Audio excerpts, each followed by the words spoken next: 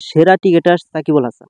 2006 সালে অভিষেক হওয়ার পর থেকে 18 বছর ধরে ব্যাট বলের পারফর্ম করে আসছেন, হয়েছেন বিশ্বসেরা অলরাউন্ডার। সাকিবের ইচ্ছা আছে বাংলাদেশের ক্রিকেটের সঙ্গে অবসরের পরও যুক্ত থাকার। সেই সুযোগ পেলে বিসিবি ইতিহাসের সেরা সভাপতি হওয়ার ঘোষণা দিয়ে রাখলেন বিশ্বসেরা এই অলরাউন্ডার সাকিবুল হাসান। বিসিবি সভাপতি হওয়ার প্রসঙ্গে সাকিব বলেন, সভাপতি হতে পারলে খুব ভালো লাগবে, বাকিটা তো জানি না।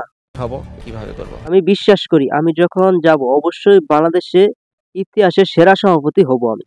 পারি না পারি সেটা পরের কথা। সাকিব আরো বলেন, দেখেন পাপ্পন ভাই এতদিন ধরে অনেক কিছু করেছেন, স্বাভাবিকভাবে তার অর্জনগুলো ছোট করে দেখার সুযোগ নেই। আর আমি যদি সেরা হওয়ার চিন্তা না করে থাকি, তাহলে আমি সেরা কাজটা কিভাবে করব?